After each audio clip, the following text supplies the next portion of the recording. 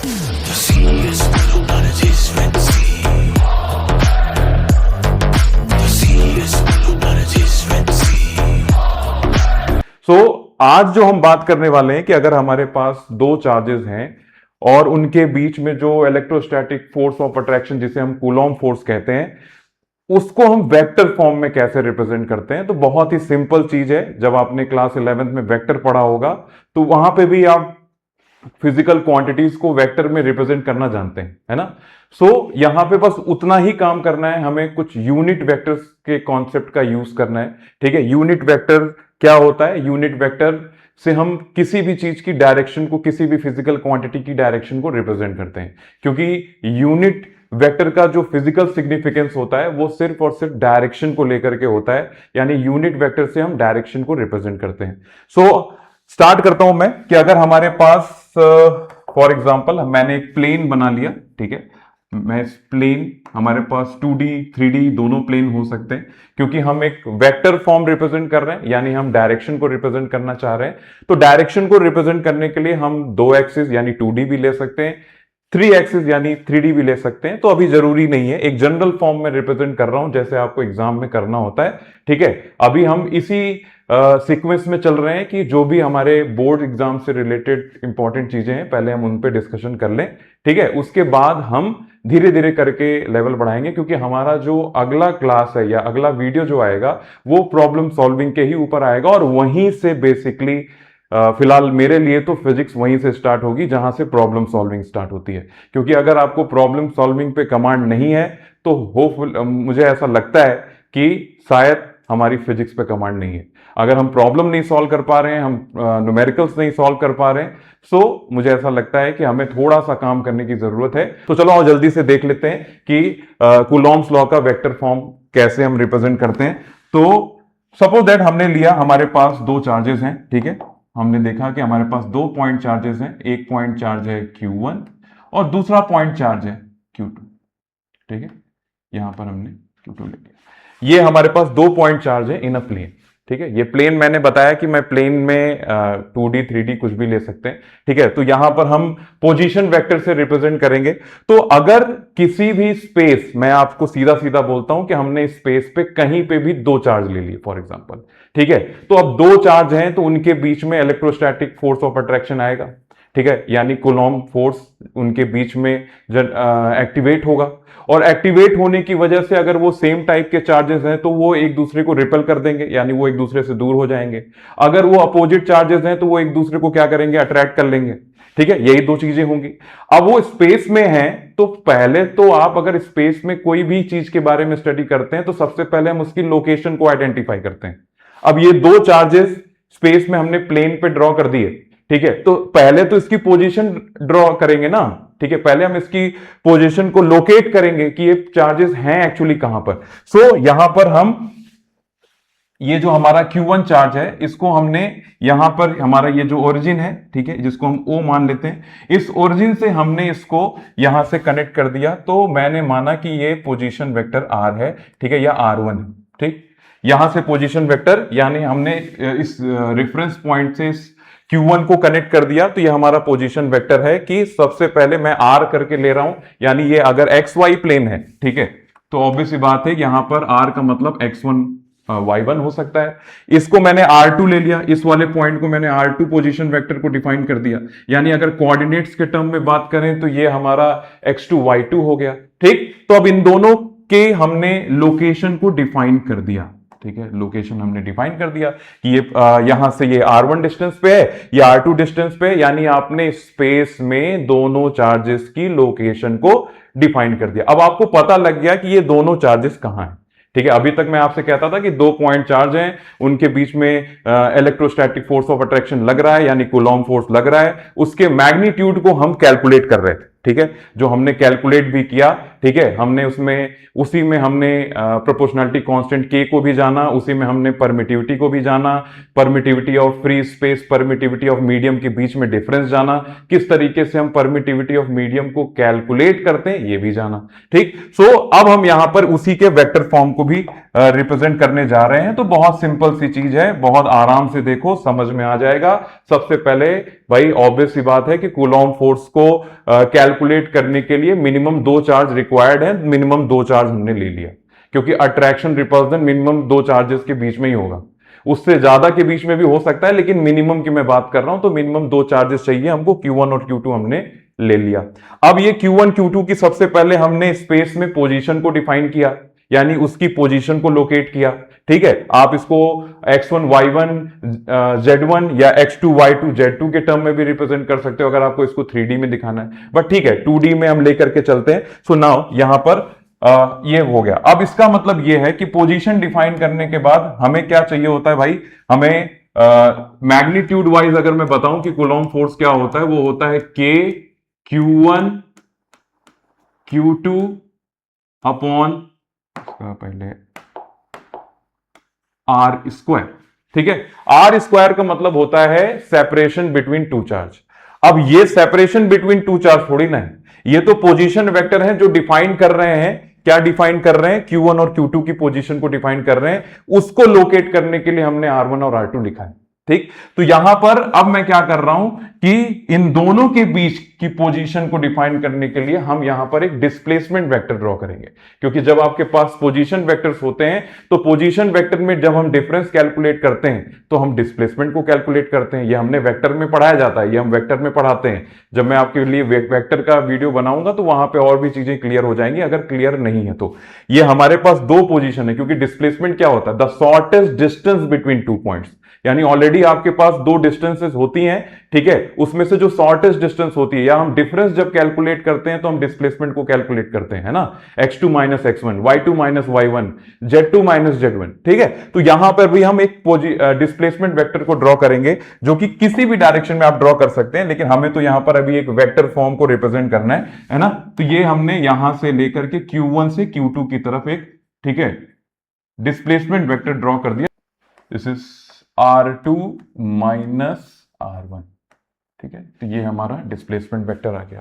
ठीक, तो किसकी डायरेक्शन किधर से है? Q1 से Q2 की तरफ है। सो नाउ हमने ये देखा कि हमारे पास अगर दो सेम चार्जेस हैं, मैं एग्जांपल के तौर पे यहां पे ले लेता हूं कि मान लो कि ये दो पॉजिटिव चार्ज है। ठीक है, दोनों पे सेम टाइप का चार्ज है। ठीक, तो अब क्या करना है भाई, दोनों पे फोर्स ऑफ रिपल्जन आएगा, यानी एक दूसरे से दूर भागेंगे, क्योंकि कल मैंने आपको ये बताया था एक्शन रिएक्शन पेयर। ठीक है, यानी दोनों, क्योंकि चार्जेस सेम है, ठीक, चार्जेस सेम है, दोनों के बीच का सेपरेशन सेम है, ठीक है, दोनों के बीच का मीडियम सेम है, तो इसका मतलब दोनों पे लग रहा फोर्स भी सेम होगा। बट डिफरेंस क्या आएगा? केवल डायरेक्शन का। डायरेक्शन का डिफरेंस क्यों आएगा? इसलिए आएगा कि अगर दोनों सेम चार्जेस हैं, ठीक है, इसलिए आएगा क्योंकि अगर दोनों सेम चार्जेस हैं तो Q1 Q2 पे फोर्स लगा रहा होगा और Q2 Q1 पे फोर्स लगा रहा होगा, रिपल्सिव फोर्स लगा रहा होगा, इसलिए इसकी डायरेक्शन जो 2 1 पे लगा रहा होगा तो उसको मैं लिखूंगा, ठीक है, फोर्स ऑन 1 ड्यू टू 2।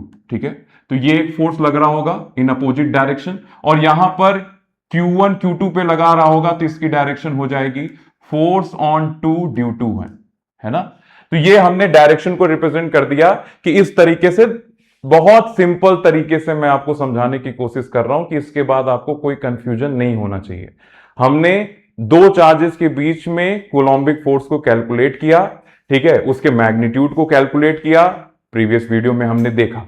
अब हम आगे इसको वेक्टर फॉर्म में रिप्रेजेंट करना चाह रहे हैं, तो आपको भी पता है कि अगर मैं किसी भी को फिजिकल क्वांटिटी को वेक्टर फॉर्म में रिप्रेजेंट करना चाहता हूं तो उसके लिए मैग्नीट्यूड के साथ साथ डायरेक्शन चाहिए। हां, तीसरी बात यह भी होती है, वो वेक्टर लॉ को भी फॉलो करना चाहिए, बट अभी हम जानते हैं कि फोर्स एक वेक्टर क्वांटिटी है, वो वेक्टर लॉ को फॉलो करती है। फोर्स को ऐड करने के लिए हमें लॉ ऑफ पैरेललोग्राम लगाना चाहिए या लगाना आता भी है। तो सीधा हम जान रहे हैं कि भाई ठीक है, दोनों जो फोर्स हैं, ठीक है, वो एक वेक्टर क्वांटिटी है, तो इस पर ये वेक्टर लॉ को तो फॉलो करेगा ही।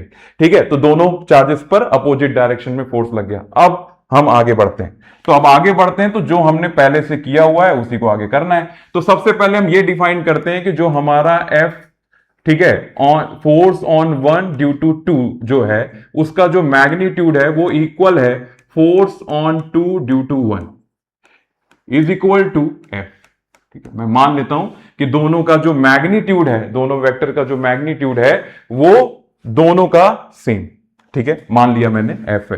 अब इसके बाद मैं क्या रिप्रेजेंट करता हूं, तो सबसे पहले मैं F12 के बारे में बात करूंगा।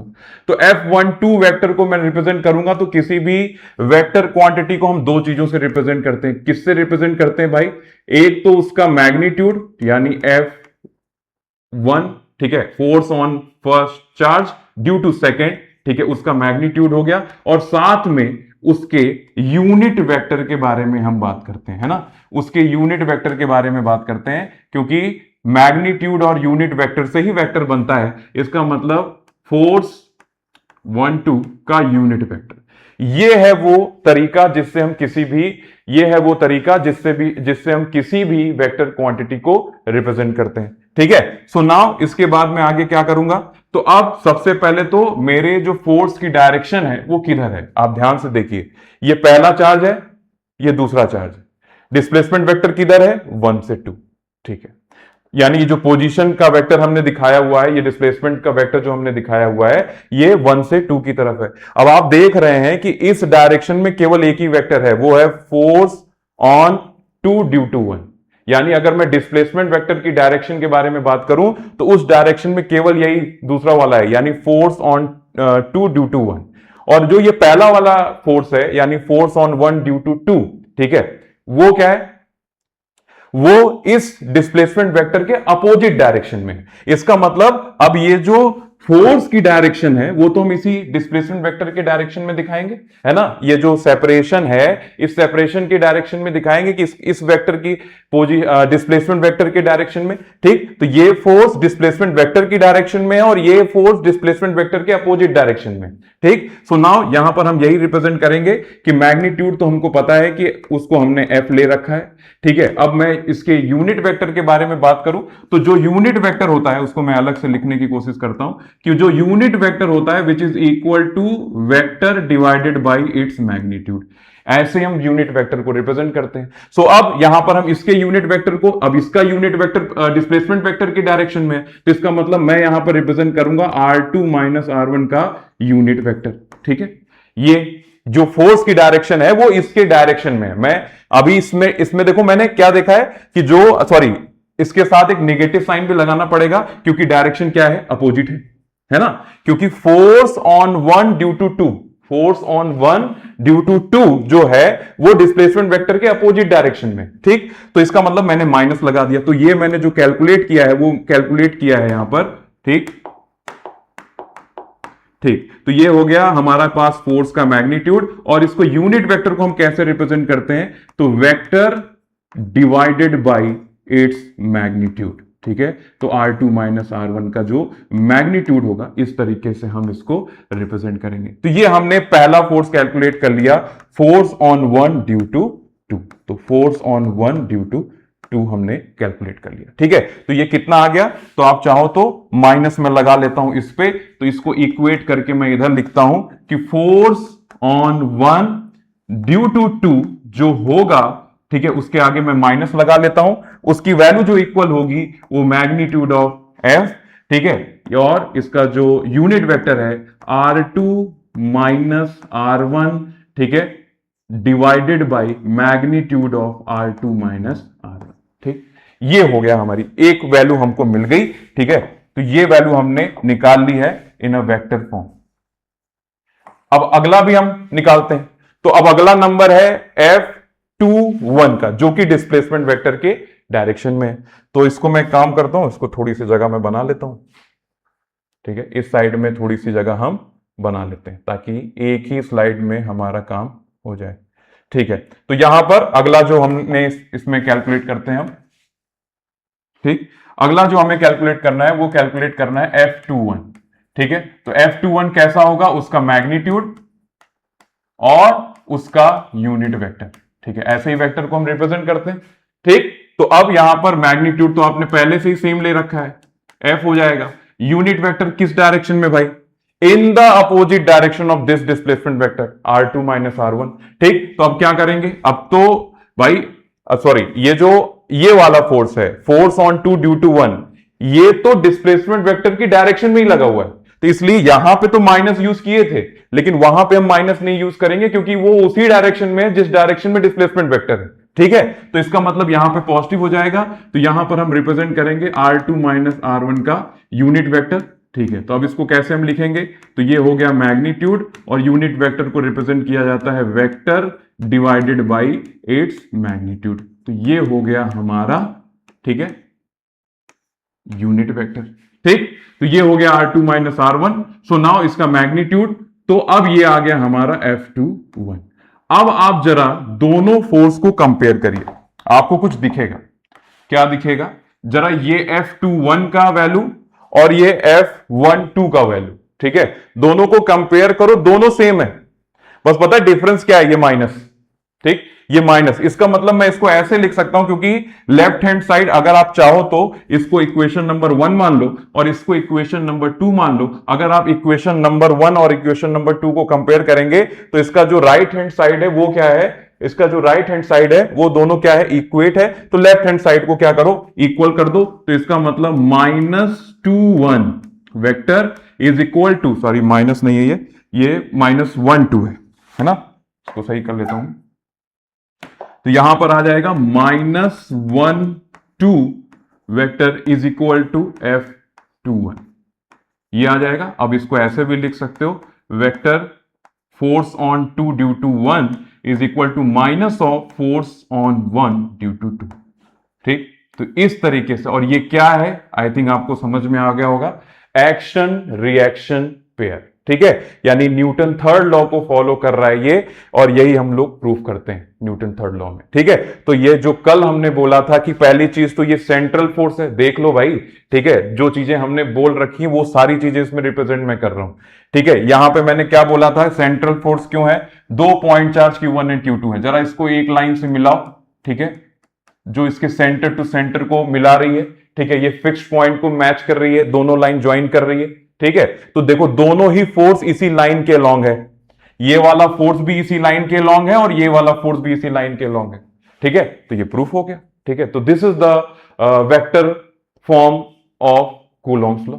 ठीक है, या फिर Coulomb's law in vector form, कुछ भी बोलो। ठीक है, तो ये चीज आपको एग्जाम में डिराइव करनी होती है। इस चीज को आप अच्छे तरीके से समझ लीजिए और अच्छे तरीके से इसका नोट्स बना लीजिएगा। ठीक है, तो अभी इसी कॉन्सेप्ट पर एक क्वेश्चन क्या नाम है, कंपटीशन में पूछा जाता है। ठीक है, कभी कभी vector form of Coulomb's law in vector form में, ठीक है, एक क्वेश्चन पूछा जाता है। एक क्वेश्चन हम डिस्कस कर लेते हैं, ठीक है, ताकि आपको एक कॉन्फिडेंस आ जाए कि अगर इस तरीके का क्वेश्चन हमारे पास आता है तो हम इसको कर पाए। ठीक है, अब ये क्वेश्चन है ये। ठीक है, तो क्वेश्चन क्या कह रहा है? जैसे हमने इसका ये वेक्टर फॉर्म डिराइव किया है, एग्जैक्टली वैसे ही हम इस क्वेश्चन को भी सॉल्व करेंगे। ठीक है, तो ये क्या है? Find the force on a charge Q1। Q1 पर हमको फोर्स चाहिए, यानी सबसे पहले हम इसको क्या लिखेंगे भाई? अगर मैं इसका सॉल्व करना चाह रहा हूं, इसका सोल्यूशन लिखना चाह रहा हूं, तो मुझे चाहिए फोर्स ऑन 1 ड्यू टू 2। यही तो चाहिए, यही चाहिए कि आपको देख रहा है कि find the force on charge Q1 जिसकी वैल्यू है। तो सबसे पहले हम क्या लिख लेंगे भाई? साइड में हम गिवन लिख लेते हैं, है ना, गिवन लिख लेते हैं कि हमको दिया क्या क्या हुआ है। तो Q1 की वैल्यू दी हुई है 300 माइक्रोकूलम, यानी 10 की पावर -6 कूलम, और Q2 की वैल्यू दी हुई है हमारे पास, ठीक है, -10 माइक्रोकूलम, यानी 10 की पावर -6 कूलम। ठीक है, तो Q1 Q2 की वैल्यू हमको गिवन है। सो नाउ हमारे पास दो यहां पर पोजीशन कोऑर्डिनेट्स दिए हुए हैं। ठीक है, यानी एक को आप मान लो कि ये Q1 का है और ये Q2 का है, तो आपको क्या करना है? एक प्लेन बनाना है। ठीक है, जैसे हमने किया है एग्जैक्टली वैसे ही करना है। हमने यहां पर एक प्लेन बनाया, इसको XYZ मान लो। ठीक है, मैंने कहा था तीन एक्सिस हो सकते हैं। ठीक, तो ये हमारा रेक्टेंगुलर कोऑर्डिनेट सिस्टम हो गया। बट अभी के लिए इतना ज्यादा करने की जरूरत नहीं है, मैं इसको हटा देता हूं। मैं सीधे सीधे चार्जेस की पोजीशन को डिफाइन करता हूं। तो यहां पर मेरे पास एक चार्ज है, ठीक, ये हो गया हमारे पास Q1 जिसकी वैल्यू है 300 माइक्रोकूलम, और इसको ज्वाइन करता हूं Q2 से जिसकी वैल्यू है हमारे पास -10 माइक्रोकूलम। ठीक है, तो आपको पता है दोनों क्या है, दोनों अपोजिट चार्ज है, इसका मतलब दोनों के बीच में एक पे पॉजिटिव चार्ज है, एक पे नेगेटिव चार्ज है, इसका मतलब दोनों एक दूसरे को क्या करेंगे, अट्रैक्ट करेंगे। इसका मतलब ये इसको अट्रैक्ट करने वाला है और ये इसको अट्रैक्ट करने वाला है, यानी इस पर लगेगा फोर्स ऑन 1 ड्यू टू 2, ठीक है, और इस पर लगेगा फोर्स ऑन 2 ड्यू टू 1। ठीक है, तो हमें कौन सी वैल्यू चाहिए, हमें 300 माइक्रोकूलम वाले की वैल्यू चाहिए। सो हम कैलकुलेट करते हैं क्योंकि हमको तो अब क्वेश्चन सॉल्व करना आ ही गया है। ठीक है, तो हम यहां पर क्या करेंगे, जो हमने फोर्स निकाला था F12, तो सबसे पहले इसकी पोजीशन हमको पहले सबसे पहले क्या करना पड़ेगा, ये तो पोजीशन कोऑर्डिनेट्स है ना। ठीक है, देखो इसके पहले हमने सबसे पहले पोजीशन कोऑर्डिनेट्स देखे थे, उसके बाद हमने डिस्प्लेसमेंट निकाला। ठीक, तो डिस्प्लेसमेंट वेक्टर चाहिए हमें, पोजीशन से क्या लेना देना, हमें डिस्प्लेसमेंट वेक्टर चाहिए। तो सबसे पहले कोऑर्डिनेट को डिफाइन करूं, तो कोऑर्डिनेट को कैसे डिफाइन किया जाता है वेक्टर में। ठीक है, तो पहला कोऑर्डिनेट है, मैं मान लेता हूं मैं R1 को डिफाइन कर रहा हूं, तो ये R1 क्या हो जाएगा, 1i cap -1j cap +2 k cap. अरे यही तो तरीका होता है कोऑर्डिनेट को वेक्टर फॉर्म में रिप्रेजेंट करने का, ये x कंपोनेंट, ये y, ये z। तो यूनिट वेक्टर के फॉर्म में जब हम वेक्टर फॉर्म रिप्रेजेंट करते हैं तो क्या होता है, यूनिट वेक्टर के फॉर्म में रिप्रेजेंट करते हैं ना। अगर किसी की डायरेक्शन शो करना है तो वो यूनिट वेक्टर के फॉर्म में ही शो किया जाएगा। तो यहां पर क्या हो जाएगा, ये R1 हो जाएगा 1i cap -1j cap +2k cap. तो अब ऐसे ही R2 हम ड्रॉ कर लेते हैं, तो R2 क्या हो जाएगा, -1i cap +1j cap +1k cap. अब हमको चाहिए डिस्प्लेसमेंट वेक्टर, तो R2 -R1 चाहिए। ठीक है, तो R2 -R1 चाहिए, तो R2 की वैल्यू पहले रख लो, -1i cap +1j cap +1k cap, minus R1 की value 1i cap -1j cap +2k cap. ठीक है, तो अब इसको हम सॉल्व कर लेते हैं। तो जब ये माइनस हो गया होगा तो ये -1 ऐड हो जाएगा, -2i कैप, फिर ये +1 है, ये माइनस माइनस प्लस हो जाएगा तो +2j कैप, ये 1 है और ये माइनस हो जाएगा तो -2 + 1 -1k कैप आ जाएगा। इसका मतलब हमारा जो डिस्प्लेसमेंट वेक्टर आ गया वो कुछ ऐसा आ गया। ठीक है, ये कोऑर्डिनेट आ गया। ठीक, अब हमको क्या करना है, हमें कैलकुलेट करना है। हमने डिस्प्लेसमेंट वेक्टर निकाल लिया। ठीक, तो अब हमें क्या करना है भाई, तो ये आ गया हमारा डिस्प्लेसमेंट वेक्टर। तो अब हमारे पास दोनों चार्जेस दिए हुए हैं। ठीक है, दोनों चार्जेस दिए हुए हैं, अब हमें फोर्स निकालना है। ठीक, तो फोर्स कैसे निकाला जाए भाई, तो फोर्स की वैल्यू जो होती है वो ये होती है। तो अगर इसका चाहो तो मैग्नीट्यूड निकाल लो इस डिस्प्लेसमेंट वेक्टर का। ठीक है, तो जो इसका मैग्नीट्यूड होता है, अगर आपने देखा हो कि अगर हम किसी भी वेक्टर को xi cap +yj cap +zk cap के फॉर्म में रिप्रेजेंट करते हो, तो उसका जो मैग्नीट्यूड हम निकालते हैं वो कैसे निकालते हैं। ठीक है, कि अगर हमारे पास कोई वेक्टर है, मान लो कि वो r वेक्टर है, उसको हमने रिप्रेजेंट किया है xi cap +yj cap +zk cap के फॉर्म में। ठीक है, तो उसका मैग्नीट्यूड हम क्या निकालते हैं, √x² + y² + z²। ठीक है, तो बस यही फॉर्मेट लगा देना यहां पे। तो इसका मैग्नीट्यूड क्या हो जाएगा भाई, R2 - R1 का मैग्नीट्यूड क्या हो जाएगा, वो हो जाएगा आपका 2 का स्क्वायर यानी √4 हो जाएगा, ये हो जाएगा +4, ये हो जाएगा +1, इसका मतलब ये आ जाएगा √, ठीक है, 9 ना, तो ये आ जाएगा आपका 3 यूनिट इसकी मैग्नीट्यूड आ जाएगा। तो अब हमारे पास दो फोर्स हैं, आप चाहो तो F की वैल्यू कैसे, पहले तो मैग्नीट्यूड निकाल लो।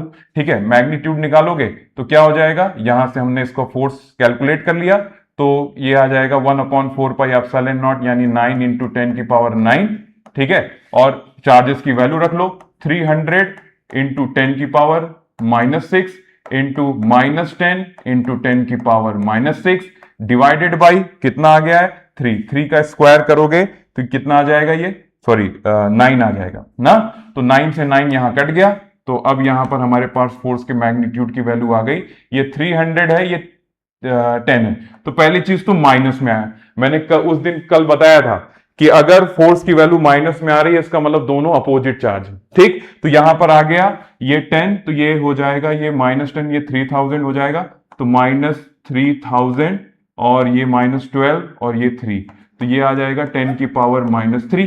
ठीक, तो ये आ जाएगा आपका यहां पर ये 3 इसमें कैंसिल हो जाएगा, तो -3 न्यूटन जो फोर्स आ जाएगा। ठीक है, तो ये -3 न्यूटन यहां से हमने मैग्नीट्यूड निकाल दिया। अब चाहो तो आप इसको वैसे नॉर्मली भी कैलकुलेट कर सकते थे, लेकिन मैंने जिस तरीके से अभी आपको एक बेसिक स्टैंडर्ड सिखाने की कोशिश कर रहा हूं उस तरीके से हमने मैग्नीट्यूड निकाल लिया। अब मैग्नीट्यूड के साथ हमने क्या लगाया था, मैग्नीट्यूड के साथ हमने लगाया था उसका यूनिट वेक्टर। ठीक, तो यहां पर हमने जो फोर्स ऑन टू, अगर हमें वेक्टर फॉर्म में चाहिए तो, बाकी तो मैग्नीट्यूड मैंने बता दिया कि -3 आएगा।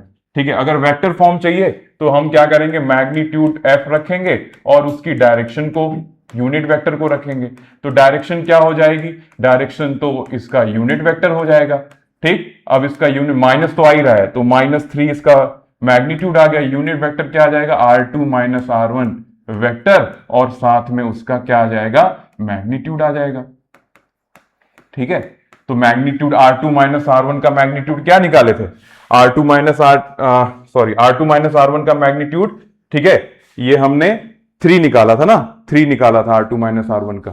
ठीक, तो ये हमारा ये 3 यूनिट आया था और फोर्स भी 3 यूनिट आया है। ठीक है, देखता हूं, सो यहां पर ये आ जाएगा -3, तो ये आ जाएगा -3, वेक्टर क्या निकाला था हमने, वेक्टर निकाला था -2i cap + 2j cap, -2i cap + 2j cap और -1k कैप। ठीक है, और इसका जो मैग्नीट्यूड आया वो 3 आया, तो 3 से 3 कट गया, माइनस बाहर है, माइनस अंदर जाएगा, तो ये हो जाएगा 2i कैप माइनस, ठीक है, -2j कैप और +1k कैप। ठीक है, ये आ गया आपका F12 vector.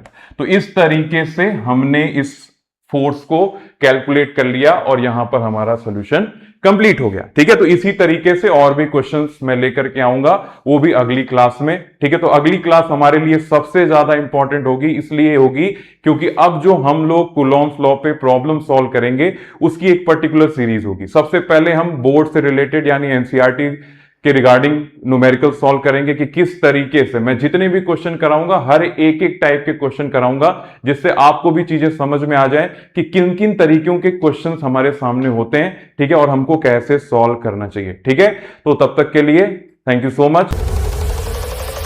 The sea is not a